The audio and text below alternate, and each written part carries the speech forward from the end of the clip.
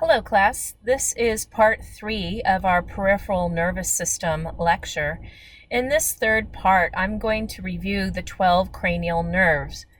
These are not spinal nerves, they're called cranial nerves because they come off the brain.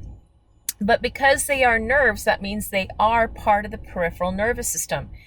They come from the brain or go toward the brain depending on if they're carrying sensory information or motor. Sensory would be going to the brain. Motor would be carrying an outgoing command from the brain.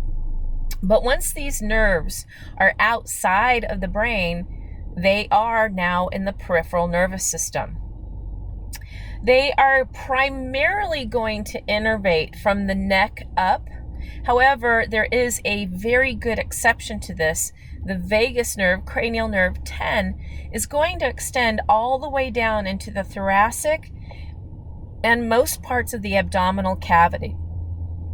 You can use this acronym to help remember your 12 cranial nerves. OOO, to touch and feel very good velvet, ah heaven. Now, if you're more X-rated, instead of very good velvet, you could say very good vagina. I don't care. Whatever makes you remember this.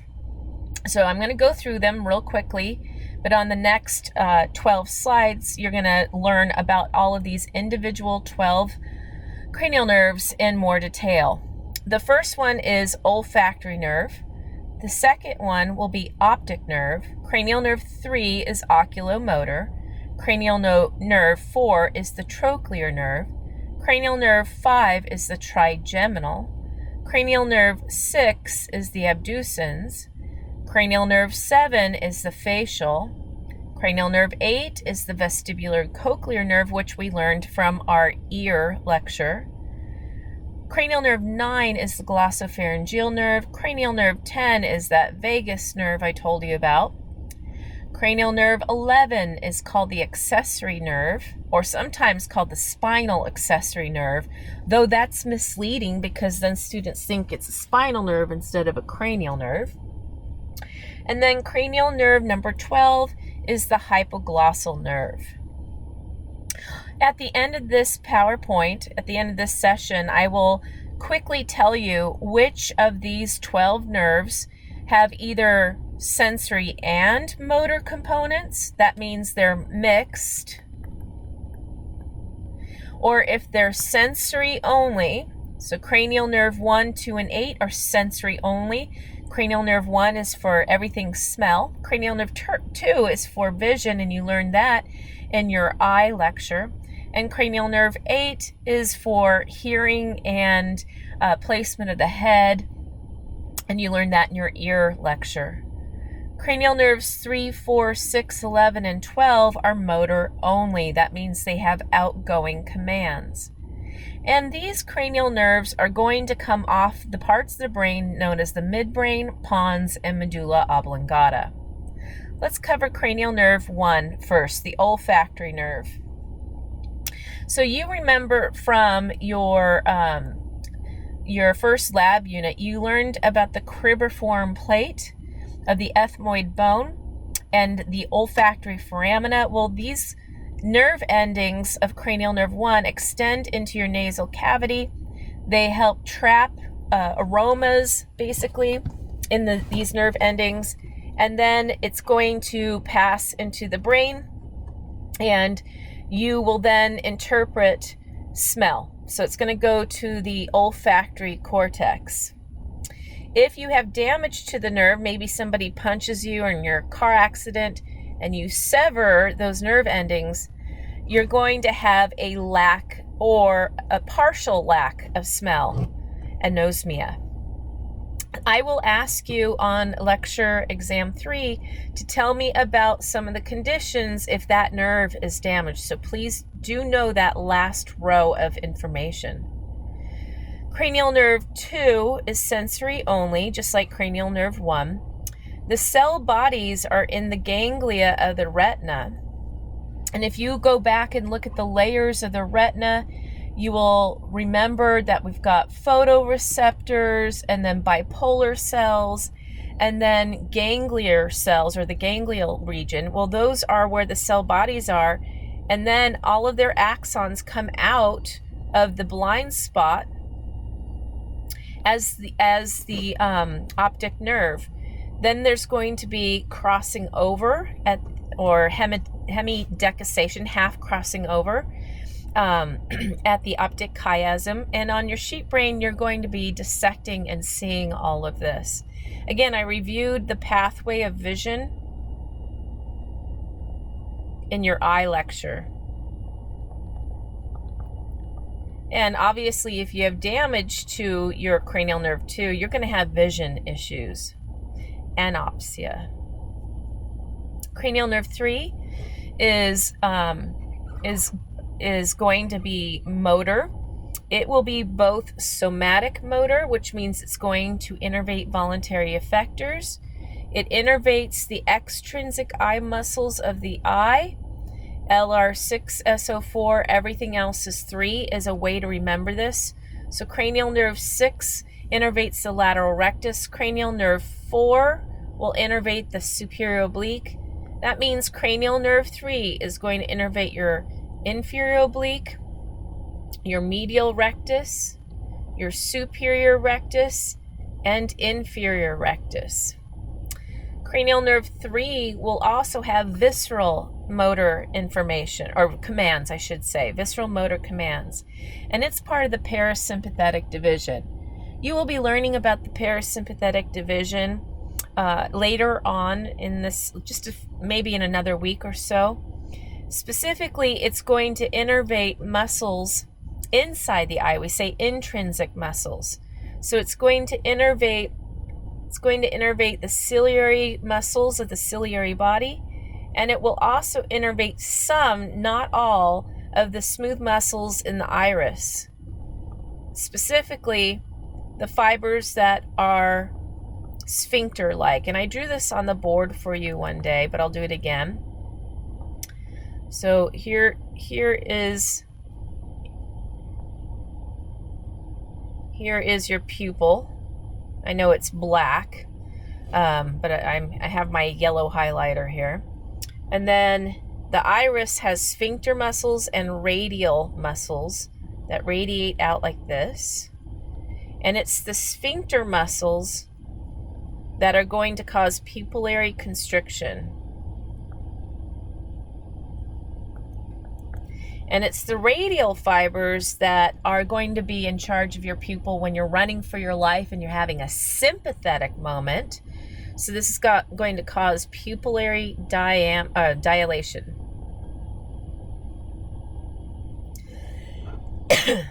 Moving on to the problems if you hurt this nerve, you're going to have ptosis, that means drooping of the upper eyelid. You can have paralysis of these 4 extrinsic eye muscles. So that means you might develop strabismus. That means you have lazy eye. And if you have a lazy eye where it can't stay focused, you're going to have diplopia, which means you're going to have double vision. So you're going to have problems focusing your eye because you can't move your eye appropriately to focus on an object because these 4 muscles are paralyzed. Moving on to cranial nerve 4, it is motor only. It innervates the superior oblique. So in the previous slide, LR6, SO4, everything else is 3. SO4 stands for superior oblique innervated by cranial nerve 4. It is somatic motor only.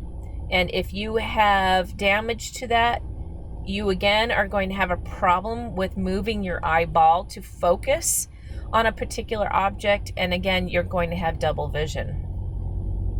Cranial nerve 5, excuse me. Cranial nerve 5 is a mixed nerve. Cranial nerve 5 is going to have somatic motor function. The somatic motor function, it's going to innervate your muscles of mastication. It's going to innervate your temporalis.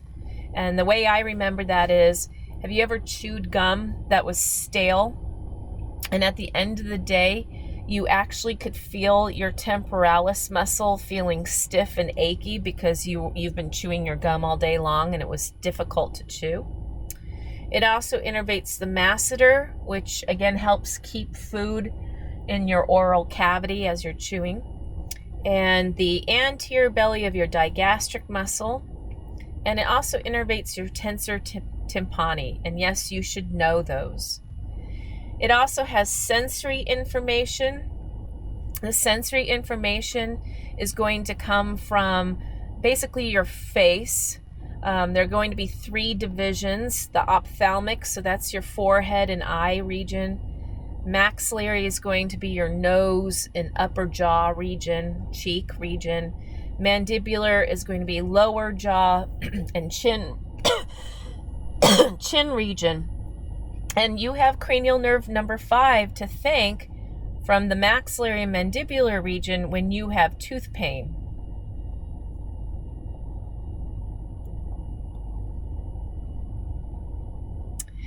And if you have problems with this cranial nerve, you're going to have tic douloureux. That means you're going to have inflammation of the sensory components of the trigeminal nerve, and it's going to be really mind-boggling, intense pain, pulsating pain that can last for minutes to several hours. Extremely debilitating to have tic douloureux. Again, you should know that one. I like to test on tic douloureux, just because mostly it's cool to say. Cranial nerve 6 is motor only. It is going to innervate your lateral rectus, cranial nerve 6, and again, somatic motor only. And if you damage that nerve, again, you're going to have a hard time focusing on an object. You can't move your eyeball correctly to focus, so you're going to have double vision again. Cranial nerve 7. Well, 7 is a mega mixed nerve. It has sensory, it has somatic motor components and visceral motor components. So shown here in blue are motor components. In blue, it's somatic. And in the green, it's visceral. And when we're talking about the somatic motor components, it gets the posterior belly of your digastric, the stapedius, which is in your middle ear, and it will also innervate the buccinator. The buccinator is also important, as with the the masseter for chewing. Masseter, let me correct myself from a few slides back. The masseter elevates your jaw, so it's important for mastication. That part I said. It's the buccinator that keeps the food in your oral cavity. This one compresses your cheeks.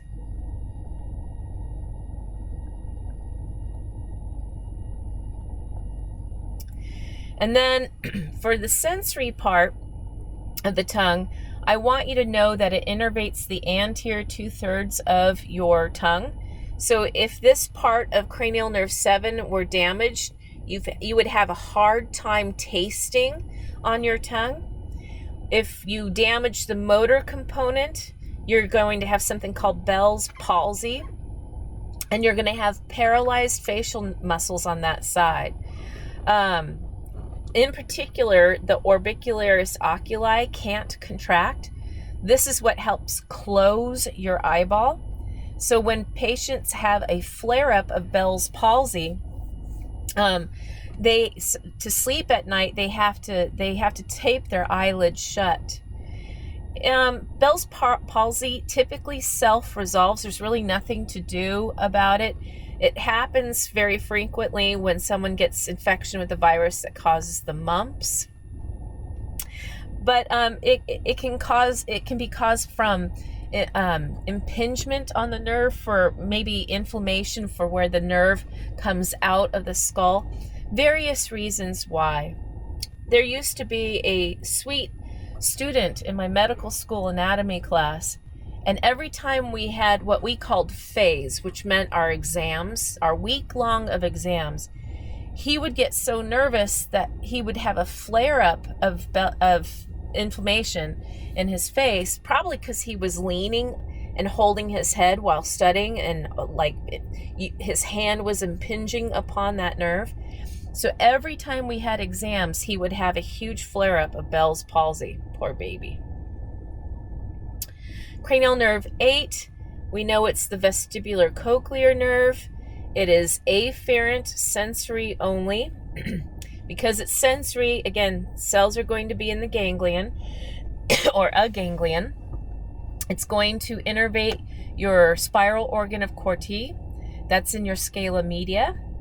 And it's also going to have a branch that goes to your utricle and saccule, found in your vestibule, and into your semicircular ducts. So those are going to be important for registering where your head is in space, and rotational movement and linear movement. If you have damaged cranial nerve 8, you can have loss of balance. Because you have vertigo, this can cause a lot of nausea and vomiting. Dizziness means vertigo. And you also can have loss of hearing. Cranial nerve 9 is another mega nerve, meaning it is hugely mixed. It's got sensory, it's got somatic motor, and it's got visceral motor. Again, somatic motor shown in blue, visceral motor shown in green. So far, if you're keeping track, cranial nerves 3, 7, 9, and on the next slide you'll see cranial nerve 10. These all have visceral motor, and they are important for the parasympathetic division.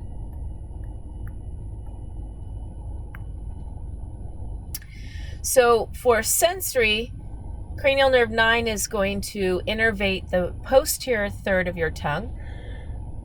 For somatic motor, it's basically going to target a muscle in your throat that helps you with swallowing. That's your stylopharyngeus. And then again, visceral motor for the parasympathetic division. You'll learn about that in more detail later on this week and next week. If you have damage to this nerve, you're going to have a problem with salivary production, because part of the visceral motor you will learn about is your parotid gland. So you won't be able to produce saliva. You'll have loss of taste on the posterior third of the tongue, and you'll have muscle weakness of the stylopharyngeus. Cranial nerve 10 is our last of our mega nerves, where we have sensory, somatic motor, and visceral motor.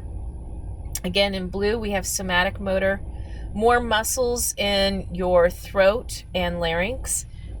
So again, it's a nerve that's going to help with swallowing and regulating your vocal cords and how well they move. If you have damage to cranial nerve 10 serving your larynx, you will have a raspy voice because you can't move your vocal cords. Let's see what else. Sensory information. This is going to be visceral sensory.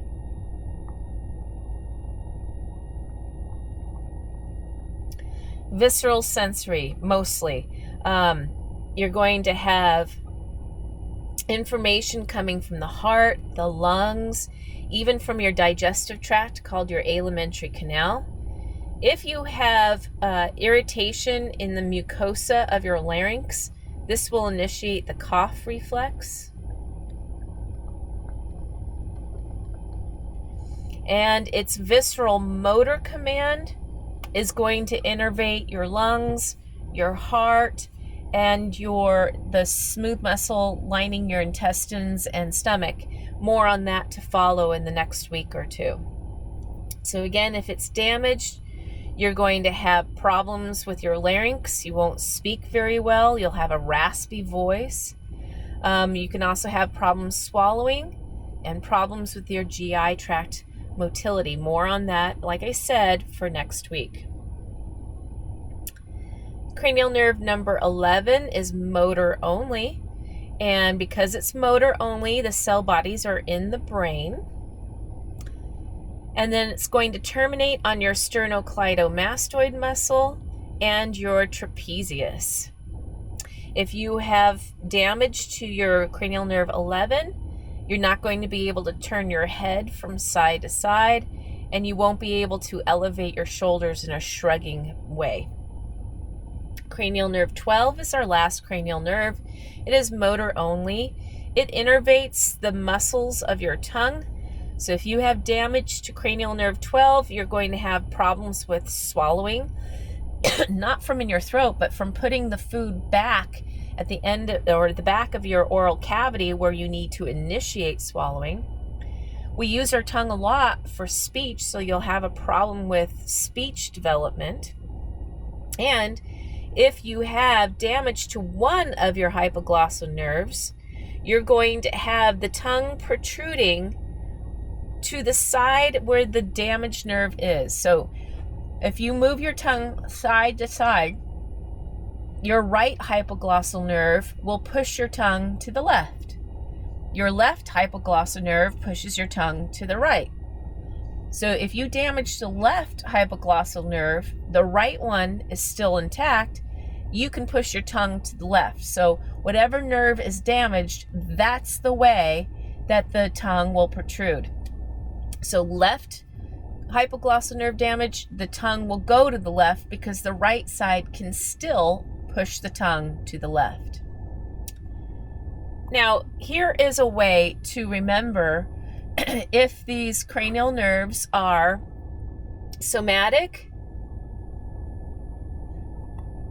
sensory is what I mean by that. Sensory, S for sensory, M for motor, or B for both, which means mixed. And you can remember the 12 cranial nerves if they're sensory or motor or both by using this acronym. Some say marry money, but my brother says big brains matter most. Now, if you like it more X-rated, you can say, but my brother says big boobs matter most. Whatever makes you happy in learning this. Again, anytime you say S, some say and says it's sensory nerve. M, anytime you say a word that starts with M, it's motor. And anytime you say a word that starts with B, it means it's both. You have both sensory and motor. That concludes our third installment of the peripheral nervous system.